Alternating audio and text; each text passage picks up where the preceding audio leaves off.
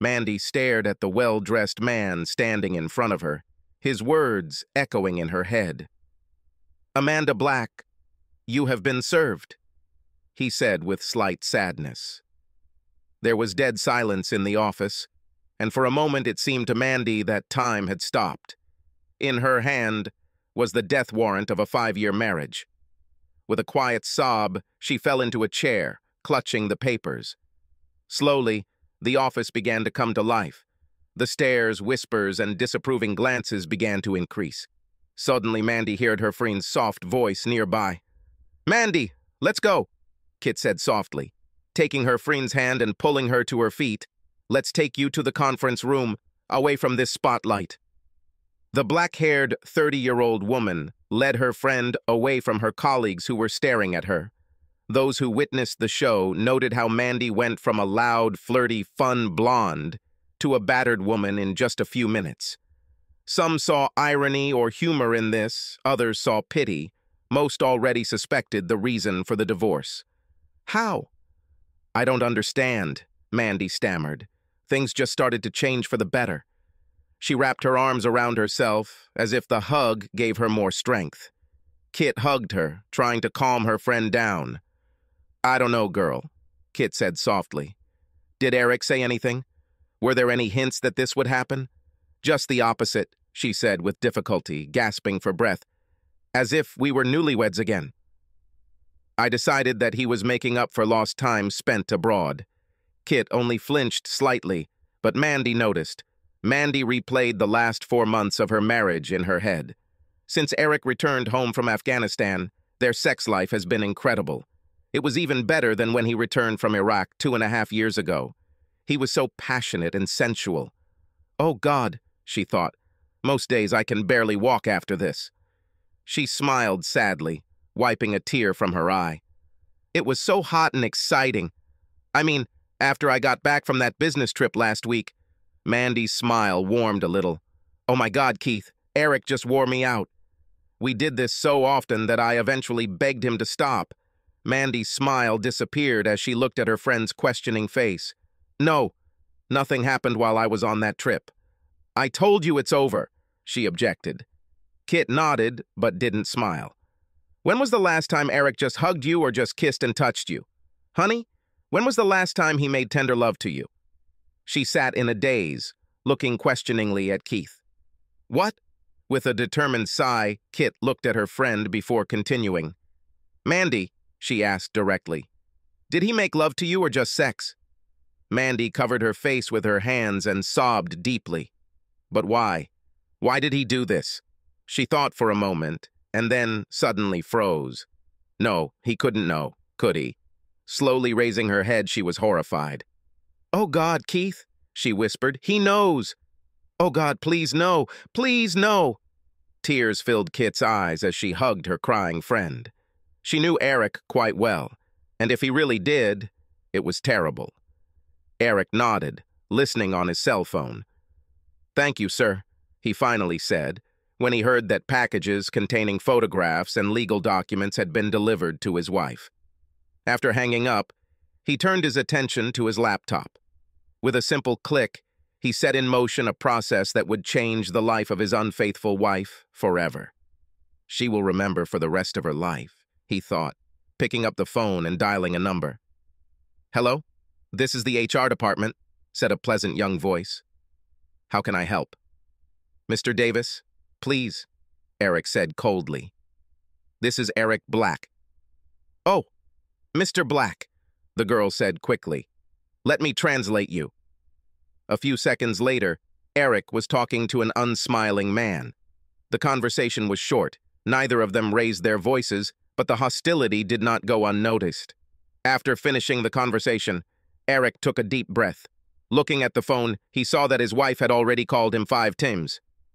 Not yet, he thought, trying to calm down. Not yet. There was a sharp knock on the conference room door. When Kit opened it, she immediately recognized the 3 people standing in front of her. The first was a well-dressed older man named Simon Samuels, the vice president and head of their branch. Behind him stood the imposing John Davis, the head of human resources. Kit couldn't help but notice that Mr. Davis's face was bright red, and she could have sworn she saw heat radiating from his face. Standing behind them was Anna Prescott, the office manager, and Mandy and Keith's boss. "Miss Garnett, we need to talk to Miss Black," Mr. Samuels said grimly. "Thank you for your help, but please return to your table." The three entered the room, and Kit left, carefully closing the door behind her. "Miss Black, we have a problem," Samuels began. Mandy quickly walked out into the parking lot, trying not to trip. She held tightly to the manila envelope Mr. Davis had given her. There were photographs inside, terrible photographs of her and Sean Thompson, the business manager on the third floor. Mr. Davis briefly recounted his conversation with Eric. Eric threatened to make public the fact that the company had not complied with the code of conduct. He told Mr. Davis he would discuss the matter with his soon-to-be ex-wife at home before deciding whether to take any legal action. Mr. Davis told her that they would see Sean next, but that she should go home and talk to her husband before this all gets out of hand. He also informed her that they would all sit down with her and discuss her future in the company tomorrow after she met her husband. Mandy had a hard time finding her car because she was still crying a lot. The bright sunlight reflected off the cars, making them a little more difficult to identify.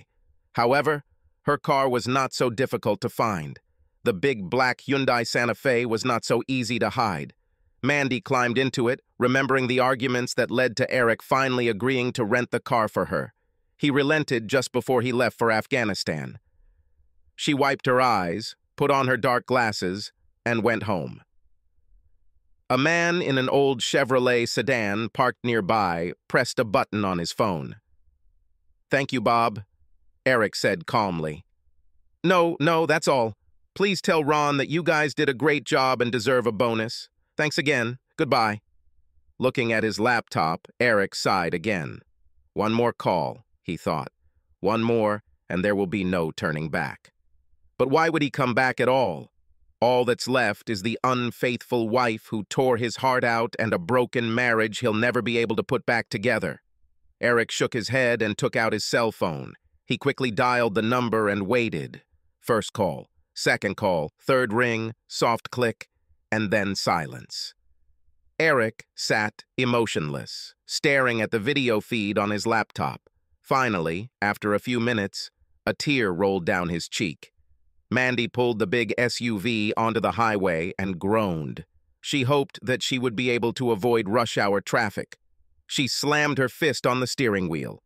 At that speed, she knew her normal 30-minute trip would take more than an hour. She thought about her marriage, how unlikely it was that she would be able to salvage any of it. Eric found out about her affair. Before Iraq, he could have forgiven her, but not now. The pictures were taken while he was in Afghanistan.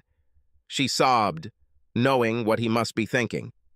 Even though the odds were slim, she had to try to save the marriage simply because she loved him. Funny way to show it, right? She reproached herself. She cheated on him more than once, but both times he went abroad to serve his country. She quickly shook her head as if trying to push away the guilt and shame, but the tears began to flow again. Trust is not something that comes easily to Eric. His childhood was difficult. His father ran away from him, and his mother when he was young, and his mother was an alcoholic. In the 5 years they were married, Mandy saw his mother only twice, once at their wedding and once when their son was born. It took him years to trust Mandy. When they met in college, she knew he was a soldier. She thought she accepted it. He had already served for 2 years and was on his way to graduating with an engineering degree. They dated a year before Eric proposed to her. She could still hear her father's reaction. "No, Mandy, this has nothing to do with Eric," her father said. "I think he will be a great husband. It's more about you. I don't think you'll make a good military wife. Don't be mad, honey, but it's damn hard to be a good husband or wife when your spouse is away for a year." Mike Lomax, Mandy's father, served in the Navy for 4 years when Mandy was little. She still remembered the fights her parents got into during this time. She always knew that he and his mother had a hard time, and that he didn't want that for his little girl. "You were right, Dad." Mandy snorted and shook her head. "You were so right. I made a terrible soldier's wife. They bought a very nice starter home, and Eric got a good engineering position. Life seemed so promising, and then Uncle Sam called. When Eric learned of his appointment, she mercilessly scolded him for abandoning her. To top it all off, when Eric left for Iraq, she was already 4 months pregnant. Mandy wiped her eyes as she made her way through the traffic. She remembered the loneliness she felt as she continued to live without Eric. Of course, her mom and dad did everything they could to help, but the sleepless nights alone ate her up. She needed Eric to hold her all this time, to hear his voice whispering that everything would be okay, but he wasn't there. She knew she was being selfish, but that didn't make the nights any less cold and lonely. Her mother moved in the last month before the baby was born, and that helped a little. Mandy and her mom, Lisa, had a very close relationship in most areas. Their personalities were so close that it seemed like they were more best friends than mother and daughter. But there were some things her mom just didn't want to talk about. The details of her marriage while her husband was in the Navy was one of them. When Mandy tried to bring the conversation to this topic, her mother always became very upset. Eric returned home the day after Randy was born. For a moment, Mandy felt like they were a real family, but that didn't last long. He left after just 10 days, and she was left alone again. Her mother saw some of the signs and begged her not to give in to them. She constantly harped on the damage that one mistake can do to the lives of so many people. Of course, she wouldn't go into detail, but Mandy suspected that her father might be having an affair. They were always pleasant and polite to each other, even friendly, but they were never passionate. It was more like they were friends living in the same house. Mandy recalled how she struggled with depression and loneliness in the months after giving birth. Returning to work helped at first. Then she was assigned to a project with Sean Thompson. Where Eric had the rugged, boy-next-door good looks, Sean could have been a male model. His soft baritone voice and beautiful smile made Mandy's heart skip a beat every time he walked into the room. He carried himself with confidence and made an impression. She knew that he was married to an attractive, rich socialite from New York. She and her children moved to the area just a couple of years ago. One day she even met his wife at a party. She was beautiful, in a cosmetic sense, and her personality was perfect for one of those housewife reality shows. But this only made Sean even more horny. Just a month after they started working together, she gave in to temptation. "Give up?" She winced. "This is bullshit. I was the one flirting with him." A short 2-day business trip with the project team made it possible to turn this flirtation into a full-fledged romance. They met a few more times, but she broke them off shortly before Eric returned home. Upon his return, Eric changed. The carefree, country part of him seemed to have died. She knew that his trip had been difficult, and that he had lost several close friends while he was there. For the first few months after his return, she simply held Eric in her arms, trying to return him to his previous state. She had no doubt that she loved him, and her affair with Sean was just a season of weakness. Then, just when everything seemed to be going so well again, the order came for him to deploy to Afghanistan. She was crushed. It was no surprise that 2 months after he left, she found herself back in Sean's arms. She knew there was no excuse for this, but in the end, the loneliness and fear overcame the guilt. She was stalking Sean again, and it took all of her charms to lure him away from the succubus from the marketing department, whom he began communicating with after their affair ended. She felt her face flush with shame at what she had done. "Of course you're ashamed. But that didn't stop you, did it?" Mandy cursed herself. She tried to hold back her tears, but couldn't, feeling self-loathing pour out with each new tear. Sean spent several weekends at her house. He even managed to persuade her to take part in another project. For a moment, Mandy even thought about leaving Eric. Then reality set in. She, Randy, and her parents traveled to Fort Bragg, North Carolina, to meet Eric when he returned for R&PR. The trip there was stressful, to say the least. Mandy was sure that her parents suspected her, but they had not yet told her about it. Then she saw Eric, and all her worries disappeared. When he hugged her and kissed her, she remembered why she married him in the first place. They spent every hour reviving their marriage and strengthening their family. Mandy smiled faintly as she remembered that time. Eric was so passionate, so tender, so incredibly loving that she swore to herself in that moment that she would remain faithful to him for the rest of her life.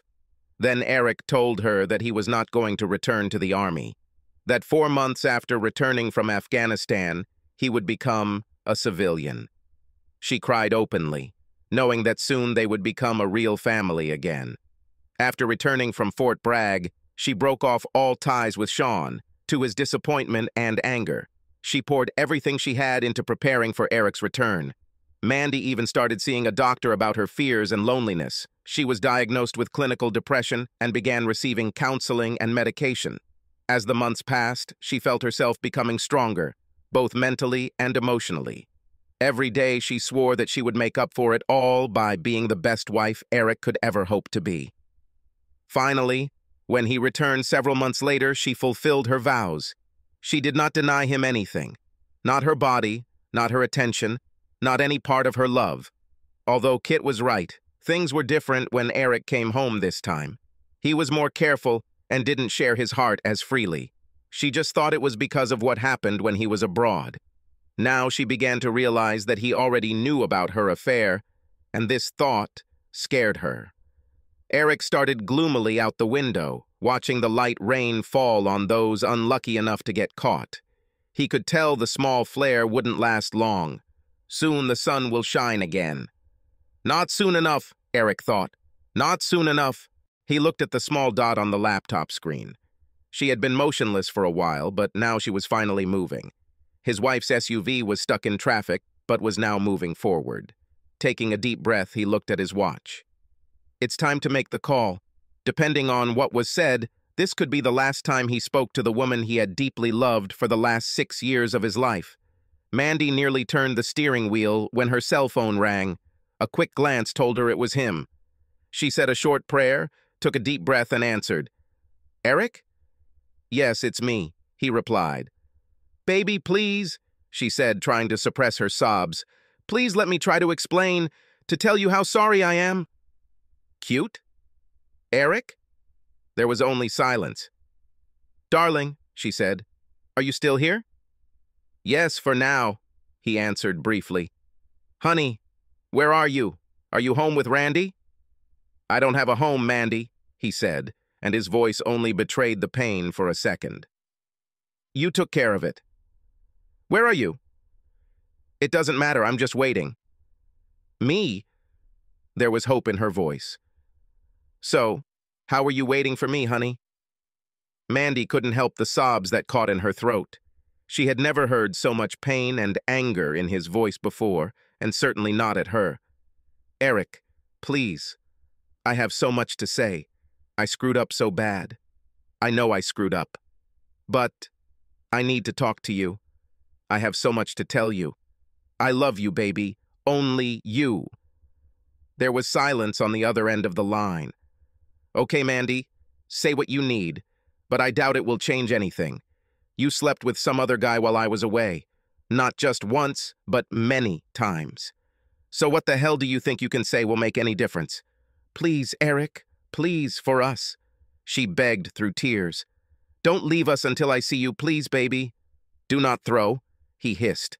"What did you do to us?" "No!" she screamed into the phone. "I know what I did, but I never gave up on us. I was alone and scared. I know that's not an excuse, but that's how it happened. But I love you and believe in us, honey. I really want to restore everything." "Are you serious?" he asked in surprise. Eric paused, wondering if she really believed what she was saying. "You mean you didn't abandon us when you were on your knees in front of him?" "What about the way you screamed his name over and over again? Tell me how the hell you could even think that this doesn't mean fucking abandoning us." All she could do was cry as she weaved through the traffic, trying to get to him as quickly as possible. If only she could meet him face to face, then he would see the remorse she felt. And then perhaps there would be some hope. He continued bitterly. "I finally got proof that my wife cheated on me while I was in Afghanistan. I think we're both lucky. I think I might have killed you and that idiot if I had found out about this while I was in the States." After a few seconds, he sighed. "Amanda, this will be our last conversation. If we are disconnected or one of us is put on standby, then there will be no other conversation. Eric, please, she begged. We can go to a psychologist. We can handle this, baby. We really can. Listen, there are a few things you need to know before you get home. First, I cleaned out all of our accounts and transferred all of our credit cards. I think you've been deceiving me for the last 3 years, so I'm returning the favor. He ignored her sigh. You can keep the house because I'm sure I can still smell someone else's smell in our bed. I collected everything I wanted. In the end, everything fit into only one suitcase, so the rest is yours. You can keep your SUV, although I don't know how you'll pay for it, because I suspect you'll be fired tomorrow. I sent these photos to all your colleagues, family, all our friends, and even our church. I have also submitted them and a bunch of videos to several sites along with all your information. I suspect that you will soon become very popular. Oh, Eric, no, Mandy sobbed. Why? Why don't you wait while we talk? I waited, Mandy, he said calmly. I waited 4 months after I returned, but you didn't say anything. And you wouldn't say anything if you didn't get caught, right, baby? What could she say? He was right. As for your little toy boy, Eric grinned, I almost paid him a little visit. But after several meetings with his wife, I don't think this will be necessary. Oops, so vindictive. You might want to give Sean a little warning. He better run. It seems his wife's family has interesting connections with some very dubious people. I'll be surprised if little Scene makes it through a year without an accident. She will probably come for his partners too. Oh, wait. This applies to you too, doesn't it? Eric, please give me a chance to make amends. Mandy's cell phone beeped. Looking at it, she recognized the number. Eric, it's Mrs. Johnson calling from next door. I told you, if you pass out, we're done. His tone was threatening. Startled, Mandy answered softly, Okay, baby. I was just worried that something had happened to Randy. Randy's okay. Eric's voice softened. He is with me now and fast asleep. She breathed a sigh of relief. Speaking of Sean's wife, Victoria, he said calmly, when you two went on your little business trip last week. He was interrupted by Mandy's cell phone ringing. It was another neighbor calling. Honey, this is Mrs. Watson. Are you sure Randy is okay? Yeah, Randy and I are fine, Eric said in such a creepy tone that Mandy began to panic. He grinned. Now about Victoria Thompson. She's just something. While you and that idiot were acting like you should have been for the last 3 years, I spent 2 days getting to know his wife better. Mandy choked with anger and pain caused by her husband's betrayal. Her tears started flowing again. I wish I could tell you that she's a hell of a lot better in bed than you are, but the truth is, she's not, he said. Between her whining about everything she wants and where, how, and when to do it, there is no damn time for pleasure. I'm sure Sean will agree. So congratulations, Mandy. You've won the Best of the Worst award. Eric, stop it. Please, Mandy begged. Please just stop. She started sobbing again. She pounded her small fists on the steering wheel, shouting obscenities at the surrounding cars as they crawled forward. She slowly regained her composure and wiped away tears of frustration. Okay, Eric, she sniffled. You win. You took revenge. You broke me. She fell silent, waiting for his answer, but heard only silence. But I still love you, Eric, she said quietly. There is no excuse for what I did. I know that. But all I ask is a chance to make it up to you. I'm begging you. Please let me explain. There are some medical problems you should be aware of. If you ever loved me, please meet me. Please, baby. Medical reasons? He snorted. Postpartum depression? Clinical depression? Bipolarism? Heck, try PTSD. In the end, it doesn't matter, does it, Mandy? You still went and had sex with some other guy. How did I know? It really doesn't matter. Once I did that, I hired several people to keep an eye on you. They did a hell of a job, too, tapping phones and installing cameras all over our house, even putting one in our bedroom. "Oh, Eric," she exclaimed, "do you really hate me so much that you are capable of all this? Is there really not a drop of love left?" "Well, it was," he answered quietly, "before I watched the video of you and him in our bed. Do you remember that time, Mandy, when Randy walked in on you?" Mandy gasped. "Oh, God, no, please, not this." Eric's voice was tense as he tried to control his emotions. "Imagine how I felt as I sat there and watched my 2-year-old son call another man Daddy. Everything I felt for you died right as I watched you tuck our son into bed with both of you. Damn you!" Eric's voice trembled. "I think I was lucky that I didn't know this until we went to Fort Bragg. When I saw this, I was shocked. I almost got lost there, and I was in a place where you can't afford to get lost." Eric looked at his laptop and saw that Mandy was almost home. A cruel smile crossed his handsome face as he continued in a cold tone. "What about hurting you?" "Amanda, I haven't even started yet. I still have a few." He heard Mandy gasp. "Oh my God," she whispered. "Surprises," he finished. Mandy pulled her SUV to the side of the road and watched in horror as flames engulfed what had once been their home. "Like I said, Amanda, the house and everything left in it belongs to you." Mandy shook, still not believing her eyes. "Damn it, Eric! What did you do?" "This is a rhetorical question, isn't it?" Eric said with a grin. "I was taught to build in combat conditions, Mandy. Doesn't it make sense I might know a thing or two about destruction too?" "Where's Randy?" she shouted. "Damn it, Eric! Where the hell is my son?" "Our son is sitting 3 feet away from me and sleeping in his car seat. So tell me," he said mockingly, "can you read the message I left in our front yard?" "What?" she muttered. "What message?" "Oh my God," Eric chuckled. "I wasn't sure people would be able to read it from the ground. But the news helicopters, they should enjoy the words cheater burned into the front lawn. I wouldn't count on the sympathy of the neighbors," he continued. "I posted these photographs throughout the neighborhood and paid several teenagers to hand out additional copies throughout the block." He stopped for a few seconds and listened to his wife's sobs. "Mandy, perhaps you should think about," Eric said bitterly, "where you will sleep today and in the near future. I think you could sleep in your SUV until they come and pick it up? Or maybe? No, I doubt Sean will be able to help. I'm sure Victoria is already flaying him alive. I think only your parents remain. I wonder how your father will react to the fact that 2 cheaters live under his roof." "What?" Mandy sobbed through her sobs. "Damn it, Mandy, are you really that stupid? You always told me that your father cheated on your mother while he was in the Navy. Damn it, it was your mother who cheated on him." "Mother?" she asked in a trembling voice. Eric laughed cruelly. "Oh, hell yes. Your father told me a little about this after I returned from Iraq.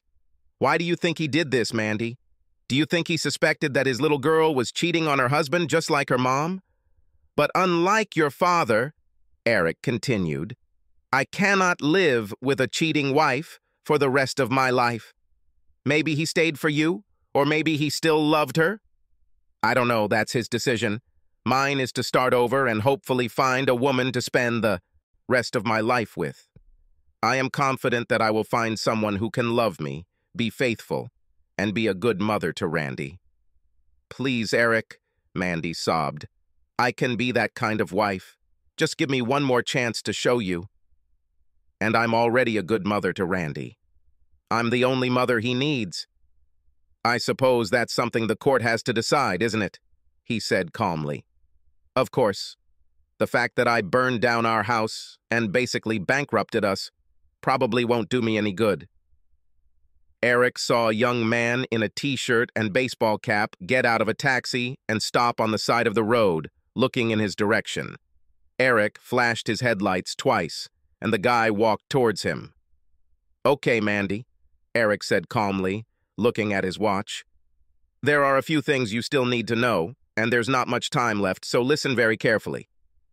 First of all, so that your bosses don't get too worried about my threats. However, Victoria is filing a similar lawsuit and is likely to win. I think the court will really like her and all the evidence I gave her. As for me, Eric cleared his throat. Well, I don't like my chances in court, so I agreed to work abroad. I think Randy and I will really like it. No! Mandy shouted into the phone. You can't take my child. Actually, he is my son, and I can. No, Eric, please, she begged. He is my son, too. Amanda, he said calmly. In a few years, he won't even remember you. But don't worry, I'll send you pictures of him for Christmas, and we'll even call on Mother's Day and his birthday. Since we won't know where you will be, we'll just call your parents. Mandy cried bitterly, realizing the hopelessness of her situation. Eric sat for a while, worried and somewhat alarmed by his own actions. He knew he wasn't going to send her pictures or call her. The thought that she would desperately wait for calls that would never come and relive this revenge for years to come was more cruel than he had previously thought. Goodbye, he said coldly. I hope you rot in hell. He wiped a tear from his cheek, listening to her hysterical cries, begging for a son, and hung up the phone. Captain Black? Asked the guy in a t-shirt standing in front of him. Not anymore? Eric smiled weakly. I'm just Eric Black. Well, at least for a while longer. The young man grinned and handed him an envelope with the numbers and passwords to the offshore bank accounts into which his funds had been transferred. Minus, of course, some fees. Here are the passports, photo IDs, and plane tickets for Marcus Gray and his son, Michael Gray, the teenager said, smiling. Eric smiled even wider and began putting his old IDs and 2 SIM cards from his cell phones into a small metal bucket. Grinning, he took the lighter and melted them into a small puddle of blackened plastic. He then took a small hammer, smashed both phones, and threw the remains into a bucket. Satisfied with his work, he threw the bucket into the trash can. It was better than I could have imagined, Eric chuckled. He quickly took out the car keys and handed them to the boy. Tell Bob and Ron thanks for the rent, he said quietly. To whom? Asked the young man with a wide smile on his face. I'm sorry, Eric grinned. I must have been mistaken. A few minutes later, Eric was checking his luggage at the airport. He couldn't help but smile as he thought about what awaited him and his son in the next few weeks. His contract didn't start until next month, so they were going to spend a couple of weeks on a secluded beach with a pretty lieutenant he'd met in Afghanistan.